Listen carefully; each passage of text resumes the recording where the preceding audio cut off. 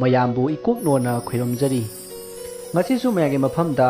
miyoi amada khudong thiba takhibagi wari ama puduna lakjari wari asigi maming akiba khongchat wari asi hingliba amati sikhraba kanagumbi amataga mari linajadi ai ibana wakana sagatjaraga tabiriba singi ngahak potharabagidamata semjaba warini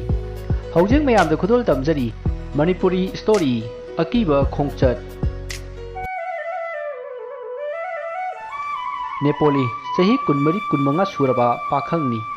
mahak sen tanba yamna pamba miyoini adubu mahak thabak sura nomaga tanba sendi pamkhidi huran chinthi tawraga tanba amadi thanadagi paisinduna thamlamba sen amadi sanalupa oina pamkhi mahakna angang oiringaida pukri amadi turyalda iruptuna tharoi khunba matamda ising manungdagi lik amadi chenjek kaya khunki amadi mahakna leibak tawbudasu chenjek thenaduna khunba yauki masida mahakna khanki ising manung amadi leibak manungda sanalupa mayap ama lei haina khanjaki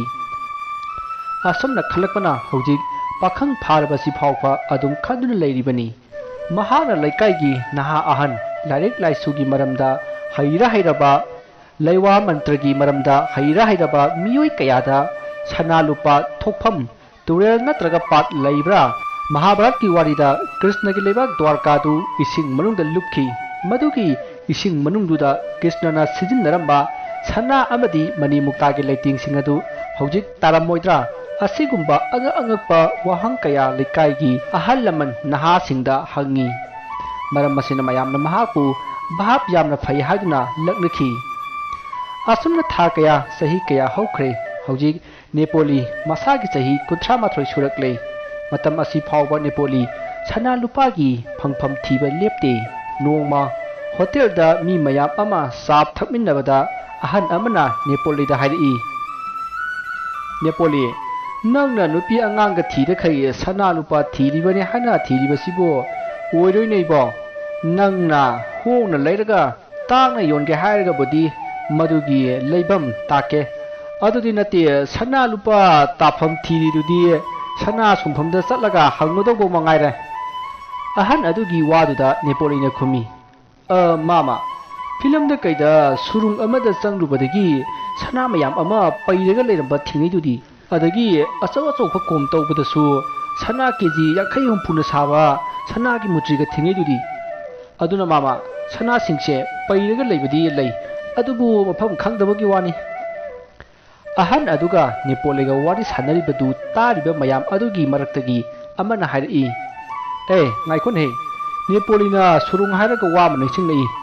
aigi marup ama Mandalay da lei mana haibada yamna chawba surung amada yamla masana mayam ama lei hairi ne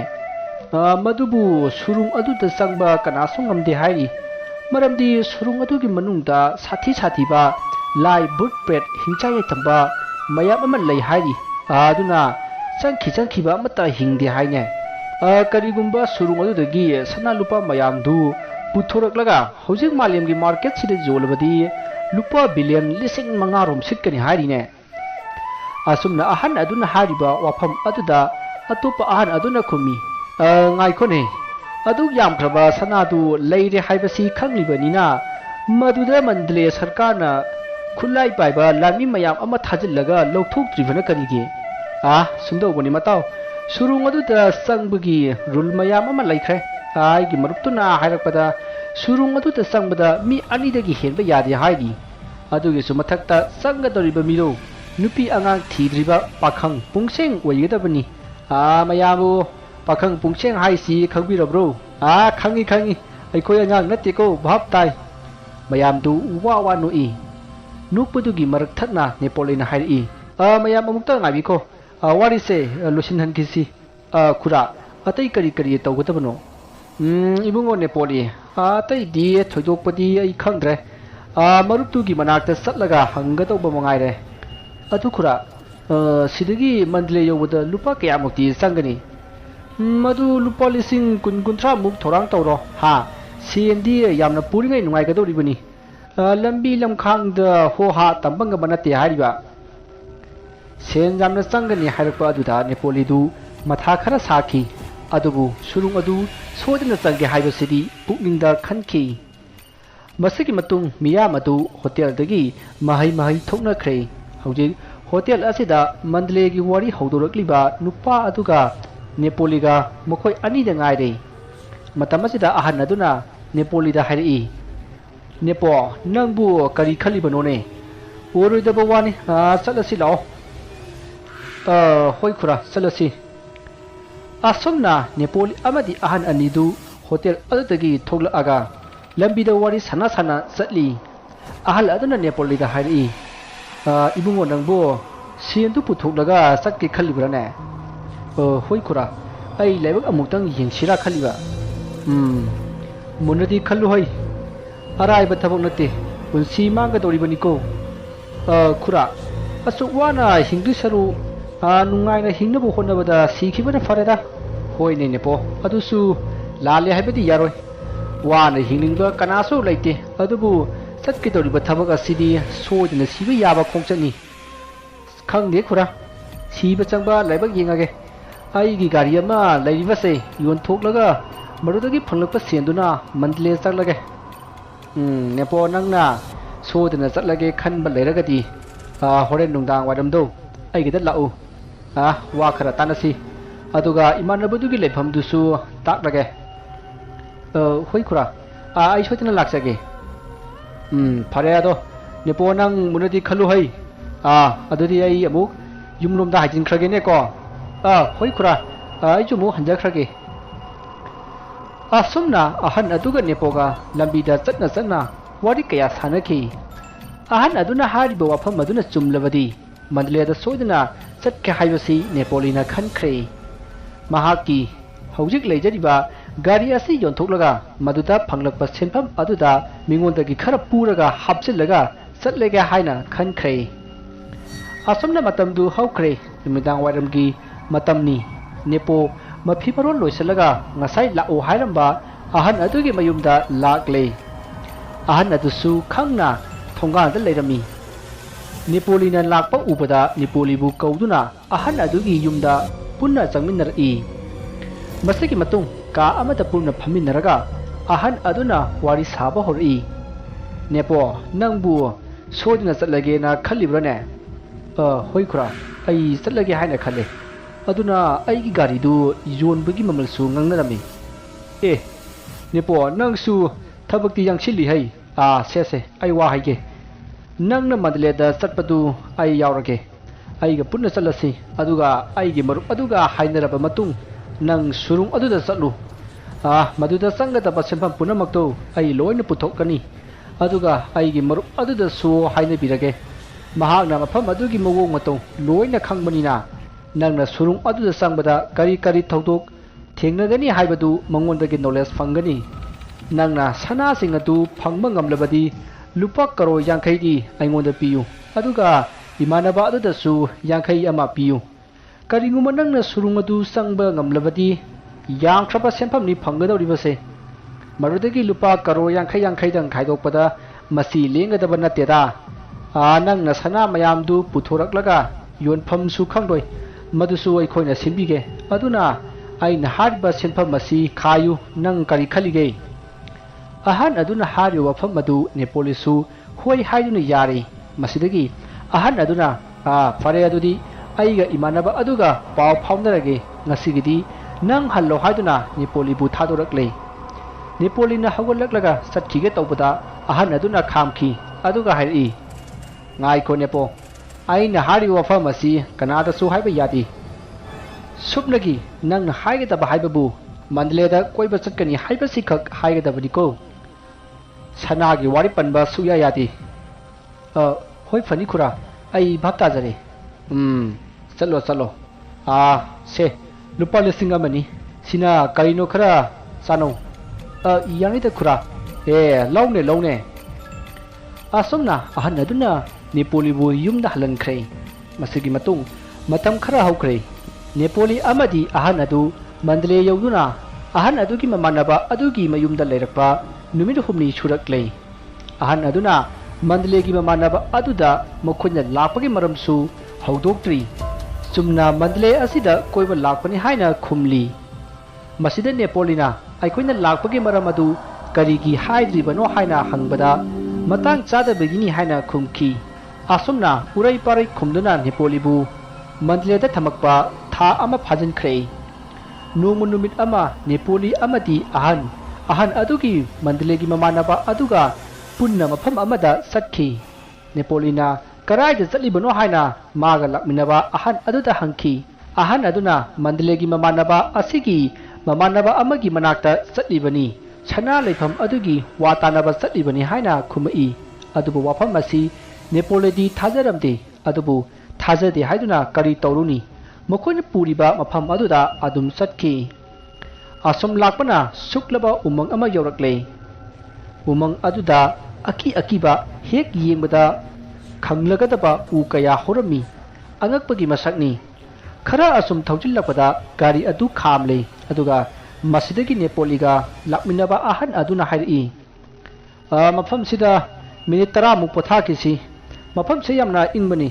ꯌꯥꯝꯅꯁꯨ ꯐꯖꯕꯅꯤ꯫ ꯃꯐꯝ ꯑꯁꯤꯒꯤ ꯐꯖꯕꯁꯦ ꯅꯨꯡꯗꯥꯡꯗꯅ ꯑꯃꯨꯛꯀ ꯍꯦꯟꯅ ꯍꯦꯜꯂꯤꯕꯅꯤ꯫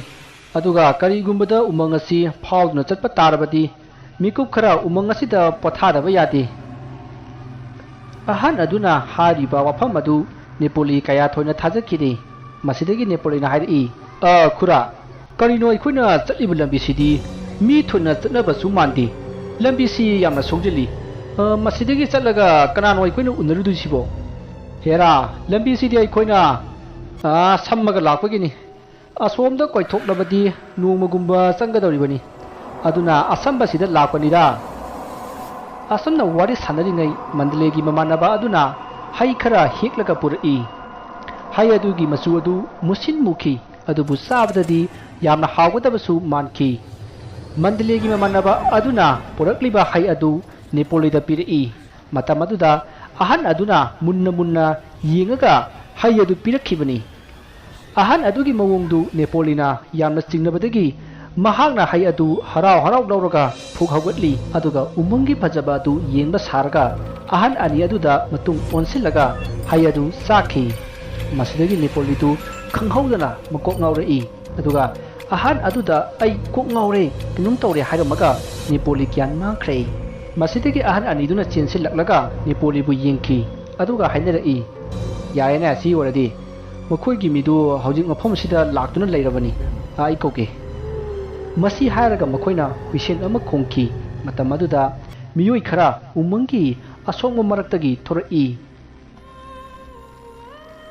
ꯊꯣꯔꯛꯂꯤꯕ ꯃꯤꯑꯣꯏꯁꯤꯡ ꯑꯗꯨꯒ ꯅꯦꯄꯣꯂꯤꯒ ꯂꯥꯛꯃꯤꯟꯅꯕ ꯑꯍꯟ ꯑꯗꯨꯒꯤ ꯃꯟꯗꯂꯦꯒꯤ ꯃꯃꯥꯟꯅꯕ ꯑꯗꯨꯒ ꯃꯈꯣꯏ ꯀꯔꯤꯅꯣ ꯋꯥꯔꯤ ꯈꯔ ꯁꯥꯅꯈꯤ꯫ ꯁꯣꯝꯗ ꯅꯦꯄꯣꯂꯤꯗꯤ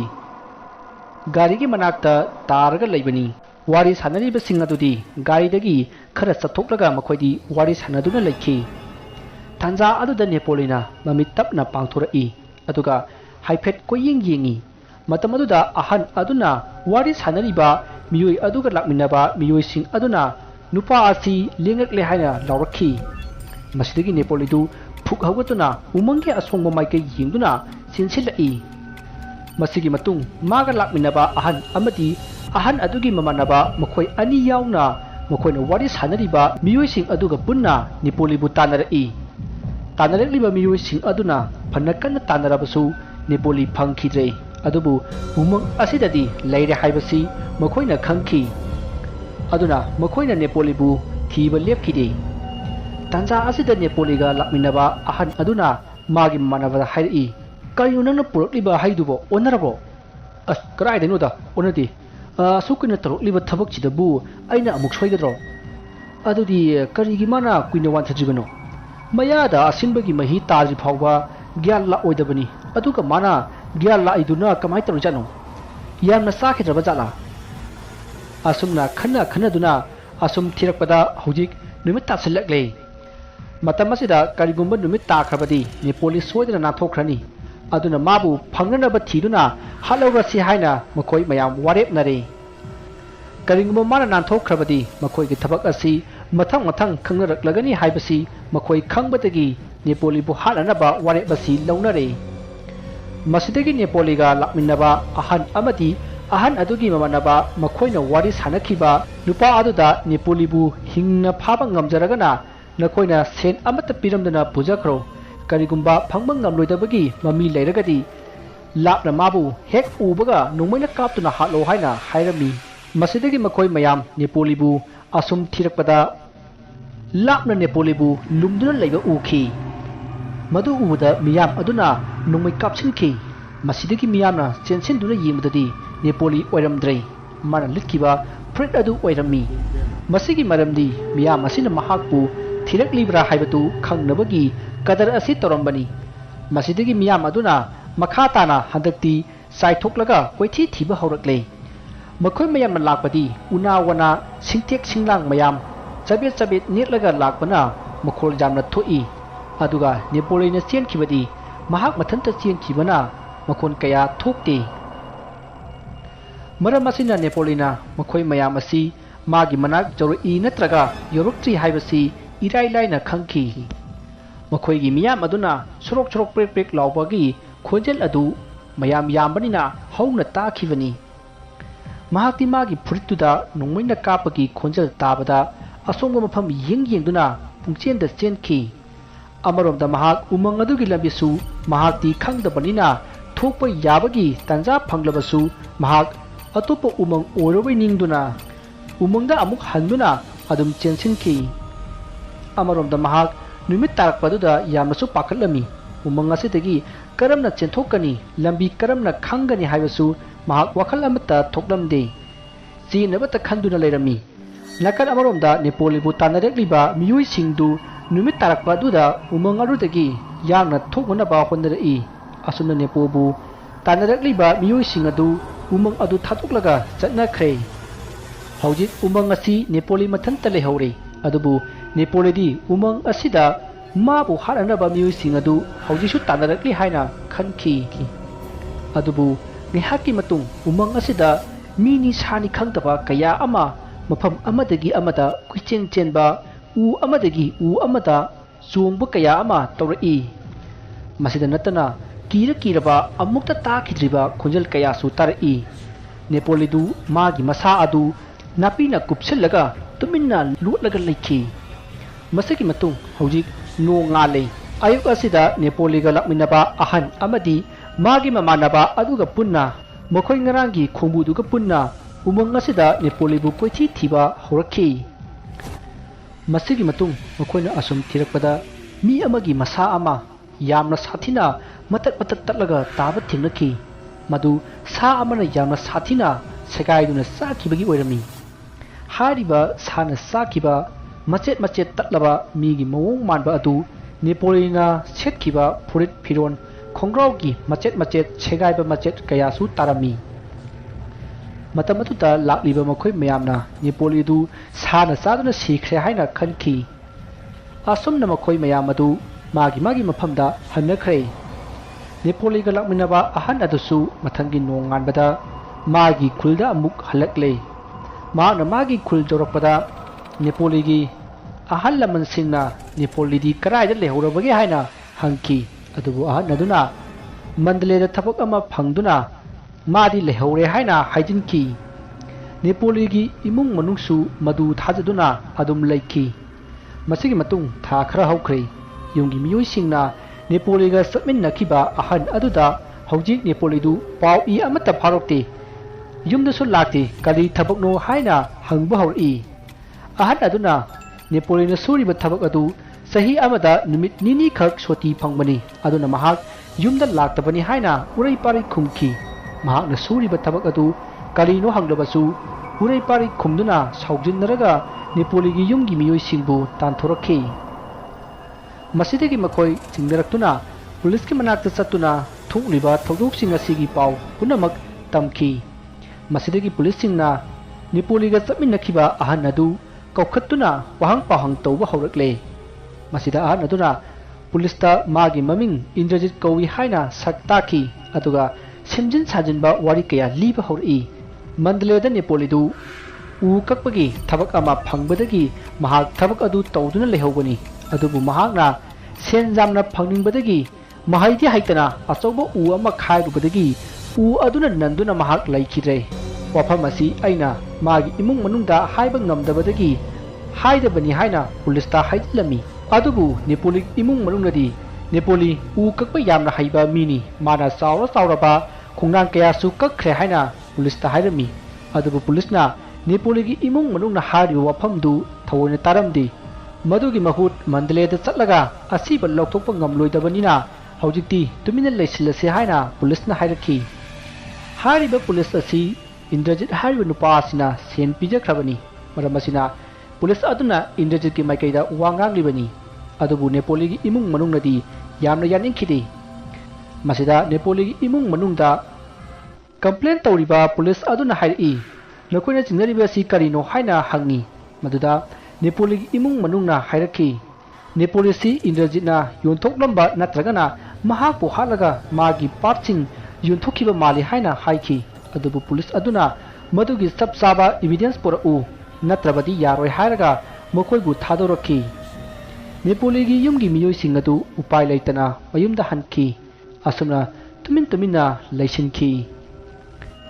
ꯑꯁꯨꯝꯅ ꯃꯇꯝ ꯀꯌꯥ ꯍꯧꯈ꯭ꯔꯦ ꯅꯣꯡꯃ ꯅꯨꯃꯤꯗꯥꯡ ꯑꯃ ꯅꯦꯄꯣꯂꯤꯒꯤ ꯃꯃꯥ ꯁꯨꯟꯗꯔꯤꯅ ꯆꯥꯛꯈꯨꯝꯗ ꯆꯥꯛ ꯊꯣꯡꯂꯤꯉꯩ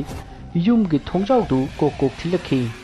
ꯁꯨꯟꯗꯔꯤꯅ ꯍꯣ ꯀꯅꯥꯅꯣ ꯍꯥꯏꯗꯨꯅ ꯆꯥꯛꯈꯨꯝꯗꯒꯤ ꯊꯣꯛꯂꯒ ꯊꯣꯡ ꯑꯗꯨ ꯍꯥꯡꯗꯣꯛꯈꯤ ꯃꯇꯝ ꯑꯗꯨꯗ ꯅꯦꯄꯣꯂꯤꯗꯨ ꯂꯦꯞꯂꯒ ꯂꯩꯔꯝꯈꯤ ꯅꯦꯄꯣꯂꯤꯒꯤ ꯃꯃꯥ ꯁꯨꯟꯗꯔꯤ ꯈꯪꯄ꯭ꯔꯦꯛ ꯈꯪꯗꯨꯅ ꯏꯃꯨꯡꯗ ꯆꯦꯟꯁꯤꯟꯈꯤ ꯀꯔꯤꯒꯤꯗꯤ ꯈꯪꯂꯣꯏ ꯁꯤꯈ꯭ꯔꯦ ꯍꯥꯏꯅ ꯂꯩꯅꯔꯤꯕ ꯅꯦꯄꯣꯂꯤꯅ ꯅꯨꯃꯤꯗꯥꯡ ꯑꯃꯝꯕꯗ ꯊꯣꯡꯖꯤꯟꯄꯥꯟꯗ ꯂꯦꯞꯄꯝꯕꯗ ꯈꯪꯂꯣꯏꯗꯕ ꯀꯅꯥꯁꯨ ꯂꯩꯔꯣꯏ ꯃꯃꯥꯅ ꯈꯪꯂꯒ ꯆꯦꯟꯁꯤꯟꯈꯤꯕ ꯑꯗꯨꯗ ꯅꯦꯄꯣꯂꯤꯅ ꯃꯃꯥꯕꯨ ꯀꯧꯗꯨꯅ ꯏꯃꯨꯡꯗ ꯆꯪꯉꯛꯏ ꯃꯇꯝ ꯑꯗꯨꯗ ꯁꯨꯟꯗꯔꯤꯗꯨ ꯅꯦꯄꯣꯂꯤꯒꯤ ꯃꯅꯥꯛꯇ ꯑꯃꯨꯛ ꯄ꯭ꯔꯞ ꯂꯥꯛꯂꯒ ꯀꯞꯂꯛꯂꯦ ꯑꯗꯨꯒ ꯑꯁꯨꯛ ꯀꯨꯏꯕꯁꯦ ꯀꯗꯥꯏꯗ ꯂꯩꯔꯨꯕꯒꯦ ꯍꯥꯏꯅ ꯍꯪꯉꯤ ꯃꯁꯤꯗꯒꯤ ꯏꯃꯨꯡꯒꯤ ꯃꯤꯁꯤꯡ ꯃꯊꯪ ꯆꯪꯁꯤꯟꯅꯔꯛꯇꯨꯅ ꯅꯦꯄꯣꯂꯤꯅ ꯊꯥꯖꯗꯅ ꯂꯥꯛꯄ ꯑꯗꯨꯗ ꯉꯛꯅꯔꯤ ꯃꯌꯥꯝꯅ ꯃꯥꯒꯤ ꯃꯔꯝꯗ ꯋꯥ ꯍꯪꯕ ꯍꯧꯔꯛꯏ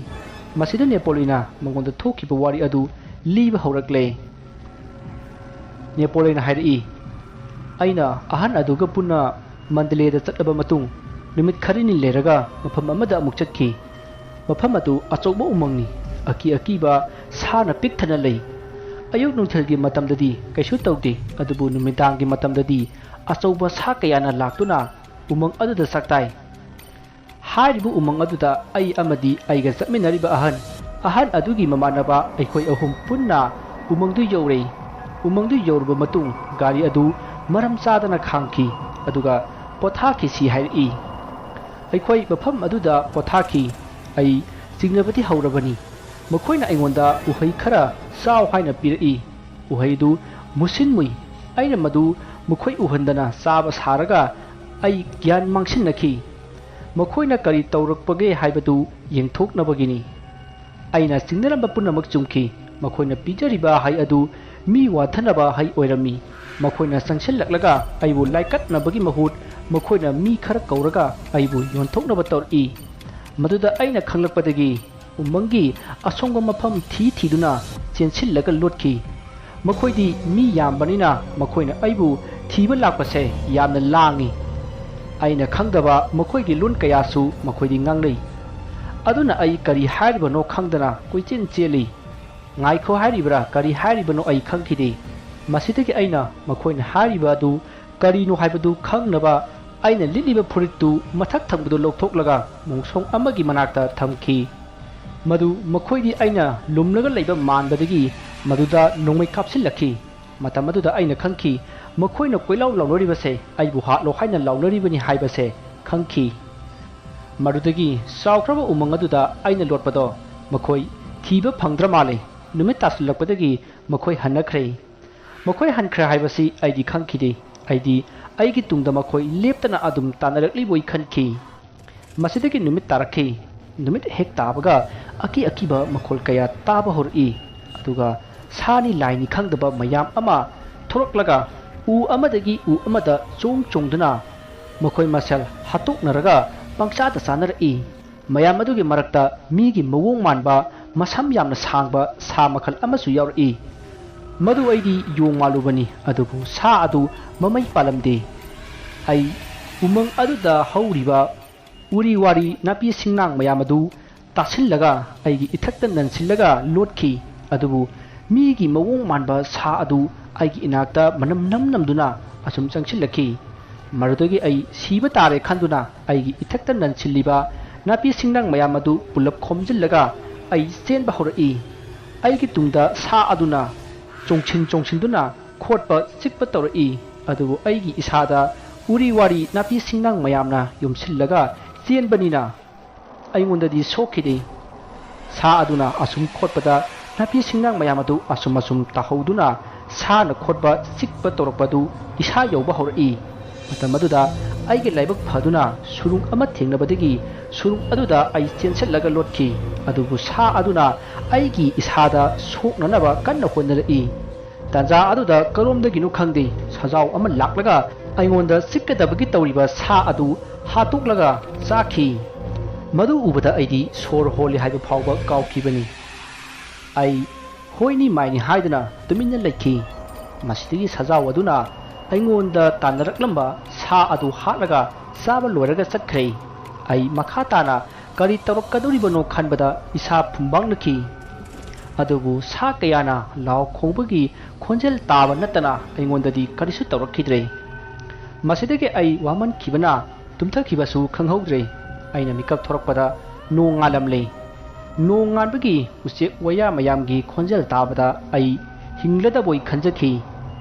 ꯑꯩꯅ ꯁꯨꯔꯨꯡ ꯑꯗꯨꯗꯒꯤ ꯊꯣꯔꯛꯄꯗ ꯑꯩꯉꯣꯟꯗ ꯉꯔꯥꯡ ꯇꯥꯟꯅꯔꯛꯄ ꯁꯥ ꯑꯗꯨ ꯁꯤꯔꯒ ꯃꯇꯠ ꯇꯠꯂꯒ ꯇꯥꯔꯒ ꯂꯩꯔꯝꯈꯤ ꯃꯗꯨ ꯌꯦꯡꯅ ꯑꯩꯅ ꯎꯃꯪꯒꯤ ꯑꯀꯣꯏꯕꯗꯨ ꯑꯁꯨꯝ ꯌꯦꯡꯂꯛꯄꯗ ꯑꯩꯅ ꯉꯔꯥꯡ ꯁꯨꯔꯨꯡꯅꯤ ꯈꯟꯅ ꯂꯨꯠꯂꯤꯕꯗꯨ ꯁꯨꯔꯨꯡ ꯑꯣꯏꯔꯝꯗ꯭ꯔꯦ ꯑꯆꯧꯕ ꯎ ꯑꯃꯒꯤ ꯎꯔꯥ ꯃꯔꯛꯇ ꯑꯣꯏꯔꯝꯃꯤ ꯎ ꯑꯗꯨꯒꯤ ꯃꯃꯤꯡꯗꯤ ꯑꯩ ꯈꯪꯗ꯭ꯔꯦ ꯑꯗꯨꯕꯨ ꯍꯥꯏꯐꯦꯠ ꯌꯦꯡꯕꯗꯗꯤ ꯈꯣꯡꯅꯥꯡꯕꯣꯠ माली अदुगा उ अदुदा उरी वारी मयाम अमसु यसिल्ली मसदिगी अइना उरी वारी मयाम अदुदा यालगा अचौब उ अदुदा काखटखी अदुगा अवांगबा उसा अमत लेपगा येंथरकपदा उमंग अदुगी मताइदा लंबी लेबा उखी अदुगा अरापदा ngरang अइना तोंखिबा गाड़ी अदुगा लोइनना अतोप गाड़ी खरसु थोरकपा उखी मसिदगी अइना ngरang अइबु तानरकलंबा मियोइसिंग अदु ngasisu ai amuk thiba lakli male haibasi khangbadagi aingonda ngarang jagadabagi toramba asiba sa aduda aigi furit khongra osi kabak segairaga manakta thadaki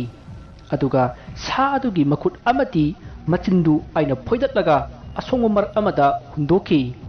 masigi marabdi sa adugi makuttu khujil yamna sangi aduga yengi makhong mali aduga maya adusu chagup pali masida horen makhoina ying matamda sani haibasi khangkhini khanduna mayaga konana machin adusu phoidatlaga hundokhibani amaromda sa adu matong amata yaudre saru ngakta ngairamlabani makhwangi sarukti amata yauromdre aina sem sanaringai makhoina aibu thiba lakpagi sahum phanglakpadagi aina mongchong amada amuk chenchinduna lotki haibaga tawbaga makhoi sa adugi manak jorakki मखोइने सा अदुबु आइनि हाइना खनखि मखोइने आइबु ngara ahing atopa sana sakibani haina khankibani sa adugi manakta aina segai raga thanamba furit phirol adunasu amukke hena makhoina mankhre asumna aina toba salak adu mai paktuna makhoidi aisi sana sarga sikhre haina khanduna makhoi chakhre makhoi chakhra matung pungmuk leiraga ai mongsok arudagi thoraklaga aina segai raga hundukliba segai raba furit phirol sing adu amuk lisinki masidagi aina achouba u aduda amuk kakhatlaga yengbada mukhoi sing adu thapna leiba uki masidagi phana kuina leiraba matung gari thauna khre masidagi ai ujaw adudagi kumtharaklaga makhoina satkiba maikai adomda kanna chelai adubu aidi umangdugi lambi khangdabanina mafam marang khangkide chaluba mafam khudimak lambi da oirabo ningki asumna ai phana kuina question chelabasu ai umang adudagi thokpa ngamkhide masidagi aina u amada amu kakhatlaga jingbada aina ngasai ukhiba umangi lambi thopam adudi asoki matik thaptoklaga leiramki ai kapningba haibadu yauki masidagi amuk ududagi kumtharaklaga aina uriba umangi matai adu yongonaba amuk senba horai chena ai ising yamna khawranglai aduga sakhu lamakhi masidagi ai umangi mapanda chenthoknaba honariba du tokthoklaga ising amadi puk thanba yaba gari leibage haibadu thirakhi asumna koithi thirakpada yamna phajana pungdol mayam ama panba thingnabadagi aina pungdol sing adu heklaga sakhi adubu pungdol sing adu aikhoi swaida panariba pungdol asiga mahau manakiri asuki matik chilli ama sabada yamna wana sakhi asumna pungdol adu puk thannaba saba ngamdabadagi ani khaksari adusu saklaman bagi sakhibani masidagi aina pungdol adu khara yamna panba masa ama khallaga theklaga purakle aduga ising thiba hori asumna koithi thirakpada pukri oi khongbal oi toba mafam ama thingnabadagi ai harauduna ising adu paktharaga thakhi ising adusu manam yamna namthi aduga nang su lawi yamna kanna nangbadi natti adubu asengba isingdi oidi adubu ai khaurangbana heman khibana adum thakchille ising thakpa loraga aina u amada amuk kakhatuna yengbada aina leriba mafam adu umangi maya yawrakadawgi tawrami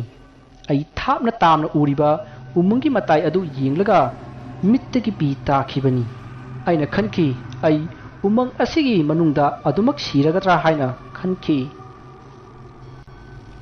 tanja aduda aigi khanau asi lengba hagajaba horakhi ai ududagi prapra kumtharaklaga khanau du khudom bina thinjilaga khotkhi adubu asum henjilaktuna mai mit isa pumba hagajaba horakle ai tokpham khangaduna umang aduda koichen amukchen tharo amu on tawduna khangkhibani pungdol adu sarubadagi oramale haina su khanki masina aina ising adu amukka su thakhi ising adu thaklubadagi henjilakpagum tawki mai mit khutkhong amati nangal mapum pumba horai marudagi ai tokpham khangdaduna khara thuna sinaba haiduna pungdol adu amukka su sasinki yamna ngakpa thajadaba haibaduni pungdol adu sarubadagi hagajaramba pomlamba punamak tapna phaki matam asida khangle karigumba umang asida saba yadaba yemongnaba pot sarurabadi pungdol asi sarabati phai haibasi khanglaki pungdolgi asinba mayak aduna punamaki mahu mayai adu samhalli haibasi khanglaki hagajaba pharamatung ai u amada ngatharaga yamna kapki aduga khanki nurok haibadubu asumnaga waramgadra u makhong aduda phamlambadagi ai phu hagutlaga ai amuk chatpa hori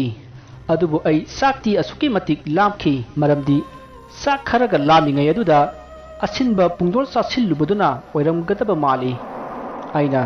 asum lakpada itha thajadana lapu hauba thenare ai yamna harauna lapu marakta chensillaga lapoi pandra haina yengki haibaga tawbaga lapoi lawu mayam ama palami amunbasu yaurami ai madu heklaga maku khoklaga sarubadadi lapoi sing adugi manungda maru mayam ama yarumki lapoi pambi sing adu sangbi lapoi oiramki maram asina lapoi sing adu saba matamda yamna khaki khajik kharakta yawgu maru nati asuki matik jawi suptagi lapoi ama khatangda maru yankhai hena yaromgani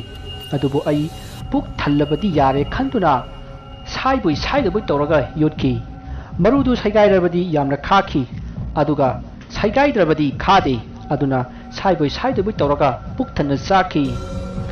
kona phattaba oirakpasu yai khanduna pungdol adu machat ama amuk chasille masidagi aina lafoi lafang khara theklaga urina kisallaga ngakta yansille horel amu lamakpada sayanabagi damakni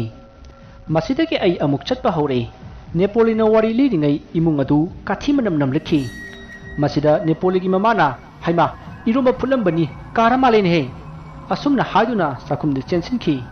haibaga tawbaga uyandu prek lauraga leiramle masidagi Nepoligi mama sundarina gas adu muthallaga Nepoligi manakta laklaga wari adu makha taraknaba hairi sundarigi tawriyo mawong aduda mayam adu sundarida yengi matamasida sundarigi mapuroiba Nepoligi babana hairi sundari ngasi aikhoigi injang thongloidoribro hoi thongdaroi aikhoisu ngasi nong masara henba yaina ibungo nang wari do makha tarao ima taning bana loire umangdudigi karma tholoklaga mafam masita laklibano mamana hariyo wafam madu tarar matung Nepolina hoi ima haiduna wari adu makha tarai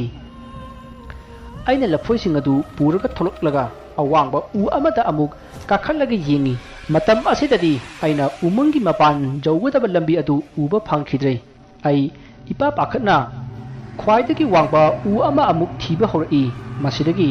achauba u ama amuk thengaduna u aduda amuk kakhallaga yengi matam aduda umangi matai jawgadaba lambi adu yana lapna leirami umangi matai yaunaba lambi hairibasi ahanba ukhiba gari ki maramaduni adubu hojikti asum lapthokkhibana mafam afam khudima gari ki lambi ngakta mankhi adubu aidi khangdabanina aina hojik uriba lambi adugi manak waida hoba awangba u amada munna yenglaga u adugi makhong tana satpa horai u aduda yenglaga asum lakpana hojik numit tasilakle yengbadadi inak nakna hoba mali aduga sangchenbadadi suyow yawkhide aina asum chakpadu waraduna amuk pothaki waman khibana ai tumthakibadu hantaksu khanghaude aina mikap thorakpadadi pungmam mamlaga leirami ai swai lauki aigi akoibadasu tandan jamna pairami adubu ngarangi akiba satrasing adudi takhide masidagi aina ngathariba u aduda mahamaduna kakhalai aduga u adugi mathakta phangki u adugi mathaktadi thabal fajana ngali thabalgi mangal adu u mayamgi masaduna khanjinbanina umang adu mamhanbani aina u adugi mathakta phamlaga khanki karinone ngarang di sathi sathi ba sa mayam ama lakpani aduga ngasidi lakti aina lariba umangsi ngarangi umangdu natraba jala haina khanki asumna khanna aina mafam masida lakpaki matang adusu ningsinglai matam aduda aina khanglai makoina atai matamda pudraga ngarangi matam asida puribasi akhanana ngairaga pubani ngarangi matam asida umang asida sathi sathiba sa ahingda chaktaba lai haibasi khangbadagi makoina aibu ngarangi matam asida aibu yunthoknaba pubani karigumba aina nanthokrabasu sana saraga sikhinabani haibasi khanglai aidabu laibak phabagi hinghobani asomna khanjilubada mamangda tawkhibasing adu aina khanghauba yaba ingit kaya ama laikhre haibasu khanglaki asumna khanna matamde asum thengjilai tanja aduda yamna lapna nongmai kapagi khonjal taki ai yamna harauki maramdi umangsigi manakta mi leire haibasi khangbada adubu amaromda makhoigi mi oiramgadra khanbada amuksu pakhatki masidagi ai nongmai makhol tariba adomda udagi kumtharaklaga prap chakki ayuk nungthilda oirabadi senba yabani adubu numitangina lambi thoina ukhide aduna sendabani masidagi asum leptana chatlingai nungmai makhol adu amuk takhidrei adubu ai chatpadi lepte masidagi phanayam sangna chatlaba matung nungmai makhol adu aigi tunglomda oina amuk tarai aina ngasaidagi nungmai makhol tariba adomda chatlibani haina khallibasi soiramle umanglomda amuk changchinba oiramle masidagi ai mai leithoraklaga hojik tariba nungmai makhol adomda amuk chatli nungmai makhol hek tadabaga ai chap lepi maramdi atopa amada amuk haikidanabani masidagi amuk hanna nungmai makhol adu tarakhidrei ardagi aisu mafam aduda tuminna phamtharaga amuk laiki nungmai makhol du tarakhidra khanbani adubu amuk hanna tarakhidrei aina amuk khalai phatrabasing aduna aibu thiba lakpada ngarangi sasing adu thengnabadagi makoina lan suknariba jala haina su khanki asomna mawon khanna ai ukhum aduda adum tumthare masagi matung mathangi nongale matamasida aina yamna lapna tractor khoibagi makhol taki ai yamna harauna makhol adomda senba horai asomna senba yaba selba matungda gari ki sakamaram taramba thingnare ai yamna harauki aina gari ki sakamaram aduda asum lakpada khanghaudana nongmai amuka su kapnarai handakti nongmai adu inakta kapnarakpagum yamna nakna taki aina u amada kakhatlaga yengmada makoi tractor da lakpa miyoi kharaga ngahan aibu lainabagi tawba miyoi sing aduga yamna akanna mawongda nongmai kapnabadu aina uthaktagi uki aina makoini khanglibasi makoigi makokta phi arangba amamam yetli maduna khangbani adubu oramdabasu yai ꯃꯁꯤꯒꯤ ꯃꯇꯨꯡ ꯃꯈꯣꯏꯅ ꯑꯁꯣꯡꯕ ꯃꯔꯛ ꯑꯃꯗ ꯀꯔꯤꯅꯣ ꯃꯌꯨꯝ ꯑꯃ ꯂꯪꯁꯤꯜꯂꯒ ꯃꯈꯣꯏ ꯈꯔꯗꯤ ꯆꯦꯟꯈꯤ ꯑꯗꯨꯕꯨ ꯆꯦꯟꯈꯤꯕꯁꯤꯡ ꯑꯗꯨ ꯃꯈꯣꯏꯒ ꯅꯣꯡꯃꯩ ꯀꯥꯞꯅꯔꯤꯕ ꯀꯥꯡꯕꯨꯁꯤꯡ ꯑꯗꯨꯅ ꯅꯣꯡꯃꯩꯅ ꯀꯥꯞꯄꯒ ꯍꯥꯠꯈꯤ ꯃꯁꯤꯗꯒꯤ ꯍꯧꯖꯤꯛ ꯍꯤꯡꯍꯧꯔꯤꯕ ꯀꯥꯡꯕꯨ ꯑꯗꯨꯅ ꯀꯔꯤꯅꯣ ꯄꯣꯠꯁꯛ ꯑꯃ ꯀꯣꯏꯊꯤ ꯊꯤꯔꯝꯃꯤ ꯃꯗꯨ ꯑꯩꯅ ꯈꯟꯕꯗ ꯁꯤꯈ꯭ꯔꯤꯕ ꯃꯈꯣꯏ ꯈꯔ ꯑꯗꯨꯅ ꯑꯁꯣꯡꯕꯗ ꯍꯨꯟꯖꯤꯜꯂꯝꯕ ꯃꯌꯨꯝ ꯑꯗꯨ ꯃꯥꯜꯂꯤ ꯃꯁꯤꯒꯤ ꯃꯇꯨꯡ ꯃꯈꯣꯏ ꯇ꯭ꯔꯦꯛꯇꯔ ꯑꯗꯨ ꯊꯧꯔꯒ ꯆꯠꯈ꯭ꯔꯦ ꯃꯁꯤꯗꯒꯤ ꯑꯩꯅ ꯉꯁꯥꯏ ꯃꯈꯣꯏꯅ ꯂꯪꯁꯤꯟꯈꯤꯕ ꯈꯥꯎ ꯃꯌꯨꯝ ꯑꯗꯨ ꯀꯔꯤꯅꯣ ꯍꯥꯏꯅ ꯌꯦꯡꯕ ꯆꯪꯉꯤ ꯑꯩꯅ ꯈꯥꯎ ꯑꯗꯨ ꯍꯥꯡꯗꯣꯛꯂꯒ ꯌꯦꯡꯕꯗ ꯑꯉꯧꯕ ꯄꯥꯎꯗꯔ ꯃꯌꯨꯝ ꯌꯥꯎꯔꯝꯃꯤ ꯃꯗꯨ ꯅꯝꯕꯔ 4 ꯍꯥꯏꯕꯗꯨ ꯑꯣꯏꯔꯝꯒꯗꯕ ꯃꯥꯜꯂꯤ ꯑꯩꯅ ꯈꯥꯎ ꯑꯗꯨ ꯂꯩꯕꯥꯛꯇ ꯖꯣꯔꯣ ꯖꯣꯔꯣ ꯍꯩꯗꯣꯛꯂꯒ ꯌꯦꯡꯕꯗ ꯈꯥꯎ ꯑꯗꯨꯒꯤ ꯃꯇꯥꯏ ꯊꯪꯕ ꯁꯔꯨꯛꯇ ꯁꯦꯟ ꯃꯌꯥꯝ ꯑꯃ ꯌꯥꯎꯕ ꯊꯦꯡꯅꯈꯤ ꯑꯗꯨꯒ ꯁꯅꯥꯁꯨ ꯃꯌꯥꯝ ꯑꯃ ꯌꯥꯎꯔꯝꯃꯤ ꯄꯣꯠꯆꯩꯁꯤꯡ ꯑꯗꯨ ꯂꯩꯃꯥꯏꯗ ꯊꯥꯗꯔꯒ ꯑꯩ ꯎ ꯃꯈꯣꯡ ꯑꯃꯗ ꯐꯝꯂꯒ ꯄꯣꯠꯆꯩꯁꯤꯡ ꯑꯗꯨꯗ ꯌꯦꯡꯂꯒ ꯑꯩ ꯂꯩꯈꯤ ꯑꯩꯒꯤ ꯄꯨꯟꯁꯤꯗ ꯑꯗꯨꯛ ꯌꯥꯝꯕ ꯁꯦꯟ ꯑꯗꯨꯛ ꯌꯥꯝꯕ ꯁꯅꯥ ꯑꯃꯨꯛꯇ ꯎꯈꯤꯗ꯭ꯔꯤ ꯑꯩ ꯃꯪꯗ ꯇꯥꯏꯕꯪꯂ ꯈꯟꯕꯗ ꯇꯧꯐꯝ ꯈꯪꯈꯤꯗꯦ ꯃꯁꯤꯗꯒꯤ ꯑꯩꯅ ꯁꯅꯥ ꯑꯃꯗꯤ ꯁꯦꯟ ꯃꯌꯥꯝ ꯑꯗꯨ ꯁꯤꯗꯨꯅ ꯇꯥꯔꯤꯕ ꯃꯤꯑꯣꯏꯁꯤꯡ ꯑꯗꯨꯅ ꯁꯦꯠꯄ ꯂꯣꯡꯒꯤ ꯑꯃ ꯂꯧꯔꯒ ꯁꯅꯥ ꯑꯃꯗꯤ ꯁꯦꯟ ꯃꯌꯥꯝ ꯑꯗꯨ ꯌꯣꯝꯁꯤꯜꯂꯤ ꯈꯥꯎ ꯑꯗꯨ ꯌꯥꯜꯂꯒ ꯆꯠꯄꯗ ꯀꯔꯤꯒꯨꯝꯕꯗ ꯈꯥꯎ ꯑꯗꯨ ꯃꯁꯛ ꯈꯪꯕ ꯃꯤꯅ ꯊꯦꯡꯅꯔꯕꯗꯤ ꯑꯋꯥꯐꯝꯗ ꯇꯥꯕ ꯌꯥꯏ ꯈꯟꯗꯨꯅ ꯑꯩꯅ ꯈꯥꯎ ꯑꯗꯨ ꯍꯨꯟꯗꯣꯛꯂꯝꯂꯒ ꯂꯣꯡꯒꯤ ꯑꯗꯨꯗ ꯌꯣꯝꯂꯒ ꯄꯨꯔꯛꯈꯤꯕꯅꯤ ꯑꯁꯨꯝꯅ ꯑꯩꯅ ꯇ꯭ꯔꯦꯛꯇꯔ ꯆꯠꯈꯤꯕꯒꯤ ꯂꯝꯕꯤ ꯑꯗꯨꯗ ꯑꯁꯨꯝ ꯂꯥꯛꯄꯅ ꯎꯃꯪꯒꯤ ꯂꯝꯕꯤ ꯑꯗꯨ ꯂꯣꯏꯔꯒ ꯂꯧꯕꯨꯛ ꯂꯝꯍꯥꯡ ꯑꯣꯏꯅ ꯇꯥꯕ ꯍꯧꯔꯛꯏ ꯂꯧꯕꯨꯛꯇꯨꯒꯤ ꯑꯀꯣꯏꯕꯗ ꯌꯥꯝꯅ ꯂꯥꯞꯅ ꯇꯥꯝꯅ ꯌꯨꯝ ꯀꯌꯥꯁꯨ ꯇꯥꯕ ꯎꯈꯤ ꯃꯁꯤꯗꯒꯤ ꯑꯩꯅ ꯎꯃꯪꯗ ꯑꯃꯨꯛ ꯍꯟꯅ ꯆꯪꯁꯤꯟꯈꯤ ꯑꯗꯨꯒ ꯑꯁꯣꯡꯕ ꯑꯃꯗ ꯂꯨꯠꯂꯒ ꯂꯩꯈꯤ ꯉꯁꯥꯏꯗꯒꯤ ꯅꯦꯄꯣꯂꯤꯅ ꯂꯤꯔꯤꯕ ꯋꯥꯔꯤ ꯑꯗꯨ ꯇꯥꯔꯤꯕ ꯅꯦꯄꯣꯂꯤꯒꯤ ꯃꯌꯥꯝꯕꯅ ꯍꯥꯏꯔꯛꯏ ꯀꯔꯤꯒꯤꯅꯣ ꯅꯪꯅ ꯑꯗꯨ ꯋꯥꯈ꯭ꯔꯕ ꯎꯃꯪꯗꯨꯗ ꯑꯃꯨꯛ ꯍꯟꯅ ꯆꯪꯁꯤꯜꯂꯒ ꯂꯨꯠꯂꯤꯕꯗꯤ ꯇꯥꯃꯣ ꯑꯩꯅ ꯎꯃꯪꯗꯒꯤ ꯊꯣꯛꯂꯛꯂꯤꯕꯗꯨ ꯑꯌꯨꯛꯅꯤ ꯑꯗꯨꯒ ꯂꯧꯕꯨꯛꯁꯨ ꯑꯣꯏꯔꯤꯕ ꯑꯩꯗꯤ ꯃꯟꯗꯂꯦ ꯃꯔꯣꯟꯁꯨ ꯈꯪꯗꯦ ꯀꯔꯤꯒꯨꯝꯕ ꯑꯩꯅ ꯂꯧꯕꯨꯛ ꯑꯗꯨꯗ ꯆꯠꯂꯣ ꯐꯠꯇꯕ ꯃꯤ ꯑꯃꯨꯛ ꯊꯦꯡꯅꯔꯣ ꯑꯩ ꯍꯥꯠꯇꯣꯛꯑꯒ ꯁꯅꯥ ꯑꯃꯗꯤ ꯁꯦꯟꯗꯨ ꯄꯨꯈ꯭ꯔꯣ ꯑꯗꯨꯒꯤ ꯈꯟꯕꯅꯤꯗ ꯑꯗꯨꯅ ꯅꯨꯃꯤꯠ ꯇꯥꯔꯀꯥꯟꯗ ꯈꯨꯟꯖꯧꯅꯕ ꯆꯠꯀꯦ ꯇꯧꯕ ꯑꯗꯨꯒꯤ ꯑꯁꯣꯡꯕꯗ ꯂꯨꯝꯂꯒ ꯅꯨꯃꯤꯠ ꯇꯥꯕ ꯉꯥꯏꯔꯤꯅꯤ ꯑꯁꯨꯝꯅ ꯋꯥꯔꯤ ꯁꯥꯟꯅꯔꯕ ꯃꯇꯨꯡ ꯅꯦꯄꯣꯂꯤꯅ ꯋꯥꯔꯤ ꯃꯈꯥ ꯇꯥꯔꯛꯏ ꯃꯇꯝꯗꯤ ꯑꯁꯨꯝ ꯍꯧꯖꯤꯟꯈꯤꯕꯅ ꯅꯨꯃꯤꯠ ꯇꯞꯅ ꯇꯞꯅ ꯇꯥꯕ ꯍꯧꯔꯛꯈꯤ ꯑꯗꯨꯒ ꯍꯧꯖꯤꯛ ꯅꯨꯃꯤꯠ ꯄꯨꯡꯇꯥ ꯇꯥꯔꯦ ꯃꯁꯤꯗꯒꯤ ꯑꯩꯅ ꯎꯃꯪ ꯑꯗꯨꯗꯒꯤ ꯊꯣꯔꯛꯂꯒ ꯑꯩꯅ ꯎꯔꯤꯕ ꯈꯨꯡꯒꯪ ꯑꯗꯨ ꯇꯥꯅ ꯂꯥꯛꯈꯤ ꯑꯁꯨꯝ ꯂꯥꯛꯄꯗ ꯂꯣꯛꯄꯥꯛꯇ ꯂꯩꯔꯤꯕ ꯏꯁꯤꯡꯁꯨ ꯑꯩ ꯊꯛꯈꯤ ꯑꯗꯨꯕꯨ ꯍꯟꯗꯛꯇꯤ ꯍꯥꯒꯠꯖꯔꯛꯈꯤꯗꯦ ꯑꯩꯅ ꯑꯁꯨꯝ ꯂꯥꯛꯄꯅ ꯑꯩꯅ ꯎꯔꯤꯕ ꯈꯨꯟ ꯑꯗꯨꯒꯤ ꯌꯨꯝꯂꯛ ꯌꯧꯔꯛꯂꯦ ꯑꯩꯅ ꯄꯣꯔꯛꯄ ꯁꯅꯥ ꯑꯃꯗꯤ ꯄꯩꯁꯥꯁꯤꯡ ꯑꯗꯨ ꯌꯨꯝꯂꯛ ꯑꯗꯨꯗ ꯂꯩꯔꯝꯕ ꯕꯣꯔꯥ ꯐꯠꯇꯕ ꯑꯃꯗ ꯑꯃꯨꯛ ꯍꯥꯞꯆꯤꯜꯂꯒ ꯂꯦꯡꯕꯥꯟꯗ ꯍꯥꯏꯒꯠꯂꯒ ꯒꯝ ꯑꯁꯨꯝ ꯂꯝꯕꯤꯗ ꯂꯥꯛꯂꯤ ꯂꯝꯕꯤꯗ ꯆꯠꯂꯤꯕꯁꯤꯡ ꯑꯗꯨ ꯑꯩꯉꯣꯟꯗ ꯊꯑꯣꯏꯅ ꯌꯦꯡꯂꯛꯇꯦ ꯃꯈꯣꯏꯁꯨ ꯃꯈꯣꯏꯒꯤ ꯊꯣꯛꯄ ꯆꯠꯂꯤ ꯑꯩꯁꯨ ꯑꯩꯒꯤ ꯊꯣꯛꯄ ꯆꯠꯂꯤ ꯃꯁꯤꯗꯒꯤ ꯑꯩꯅ ꯊꯥꯞꯅ ꯗꯨꯀꯥꯟ ꯑꯃ ꯂꯩꯕ ꯎꯕꯗꯒꯤ ꯑꯩꯅ ꯄꯨꯔꯛꯂꯤꯕ ꯕꯣꯔꯥ ꯑꯗꯨꯗ ꯌꯥꯎꯔꯤꯕ ꯁꯦꯟ ꯑꯗꯨꯗꯒꯤ ꯁꯦन खरा कना उहंदना लौथोक्लगा दुकान अदुदगी पोट लेखी आई वादी ngang aina uba puk thangadaba manba pot khara da khudom bi thinduna piru u haibagi ingit piki aduga senadu su piki makhoi di aise angawba manki matuni aina pamjabasu aina piyu haina khudom bi thinba pot tu piraki adubu sendi handurakhi de sendo handurakpham thokpra thoktabra haibadudi ai khangdre aidi pot tu puraga dukan adudagi parap thoraklaga achapotu chakhi मतम कुइना सरक थरक तबना आई अचापोत सिंधु चाबदा कयाद हराउखी दुकानदार अदुना आइना चाबदु उख्रा माले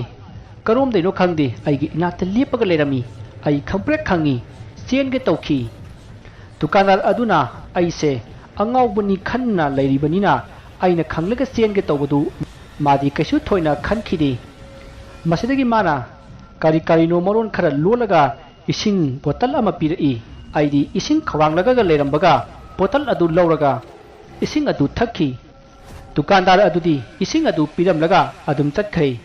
मरदगी आइसु हगुलगा मफम अरुदगी अमुक चटपा हौरखी आइना चलिब लंबी अदुदा तारंबा चेना चेथी चेरंग आइना पुरकलिबा बोरा खाव अदुदा लोइना हापचिनखी मदु मीना आइबु अंगाव मानबगी दमनी असमना आई अंगाव सादुना निमित कयानी लेखी मतम अदुददी आइसे कोइसु चोमले समसु सांगले अंगावदा अंगाव माले ꯃꯁꯤꯒꯤ ꯃꯇꯨꯡ ꯅꯣꯡꯃ ꯑꯩꯒꯤ ꯏꯃꯥꯡꯗ ꯅꯨꯄꯥ ꯑꯃ ꯑꯩꯒꯤ ꯏꯃꯥꯡꯗ ꯑꯦꯛꯁꯤꯗꯦꯟ ꯊꯣꯛꯈꯤ ꯂꯩꯉꯣꯏ ꯄꯨꯔꯛꯄ ꯇꯇꯥ ꯑꯃꯒ ꯊꯦꯡꯒꯥꯏꯅꯒꯦ ꯇꯧꯕꯗ ꯃꯍꯥꯛꯅ ꯂꯝꯕꯤꯒꯤ ꯃꯇꯥꯏꯗ ꯂꯩꯕ ꯄꯣꯁ ꯑꯃꯗ ꯊꯣꯝꯖꯤꯟꯈꯤꯕꯅꯤ ꯇꯇꯥ ꯑꯗꯨꯗꯤ ꯍꯟꯅ ꯌꯦꯡꯉꯝꯗꯅ ꯑꯗꯨꯝ ꯊꯧꯈ꯭ꯔꯦ ꯑꯩꯅ ꯆꯦꯟꯁꯤꯟꯗꯨꯅ ꯅꯨꯄꯥ ꯑꯗꯨꯕꯨ ꯍꯧꯒꯠꯈꯤ ꯑꯩꯅ ꯀꯌꯥꯝ ꯁꯣꯛꯂꯒꯦ ꯍꯥꯏꯅ ꯍꯪꯂꯨꯔꯦ ꯑꯩꯅ ꯋꯥ ꯉꯥꯡꯂꯛꯄ ꯑꯗꯨꯗ ꯅꯨꯄꯥ ꯑꯗꯨ ꯉꯛꯅ ꯑꯩꯉꯣꯟꯗ ꯌꯦꯡꯉꯛꯏ ꯑꯩ ꯚꯥꯞ ꯑꯣꯏꯍꯧꯗꯕꯅꯤ ꯅꯨꯄꯥ ꯑꯗꯨꯅ ꯌꯥꯝꯅ ꯊꯥꯖꯗꯅ ꯅꯪ ꯃꯅꯤꯄꯨꯔꯗꯒꯤꯔꯥ ꯍꯥꯏꯅ ꯍꯪꯉꯛꯈꯤ ꯑꯩꯁꯨ ꯉꯛꯅ ꯍꯣꯏ ꯃꯥꯅꯤ ꯍꯥꯏꯅ ꯈꯨꯝꯈꯤ ꯃꯁꯤꯗꯒꯤ ꯅꯨꯄꯥ ꯑꯗꯨꯅ ꯑꯗꯨꯗꯤ ꯑꯩꯒꯤ ꯌꯨꯝꯗ ꯆꯠꯂꯨꯁꯤ ꯅꯪꯅ ꯀꯃꯥꯏꯅ ꯑꯁꯨꯛ ꯂꯥꯞꯅ ꯉꯥꯎꯕ ꯂꯥꯛꯂꯤꯅꯣ ꯍꯥꯏꯅ ꯐꯥꯒꯤ ꯇꯧꯔꯛꯏ ꯑꯩꯅꯁꯨ ꯃꯅꯤꯄꯨꯔꯤ ꯂꯣꯟ ꯈꯪꯕ ꯑꯃ ꯊꯦꯡꯅꯕꯗꯨ ꯑꯩꯁꯨ ꯌꯨꯝ ꯌꯧꯔꯅꯤ ꯈꯟꯕꯗ ꯌꯥꯝꯅ ꯍꯔꯥꯎꯅ ꯃꯥꯅ ꯍꯥꯏꯔꯤꯕꯗꯨ ꯌꯥꯈꯤ ꯃꯁꯤꯒꯤ ꯃꯇꯨꯡ 이반이 마기 가리 아두들 락미나리 누파 아두 그쇼 토이나 속대 가리 아두디 카라 속래 마마이기 서룩도 카라 까이래 누파 아두기 윰 여러가 그럼나 마팜 마시다 레감리부노 하이나 항악키 아이나 와리 푼나막 리키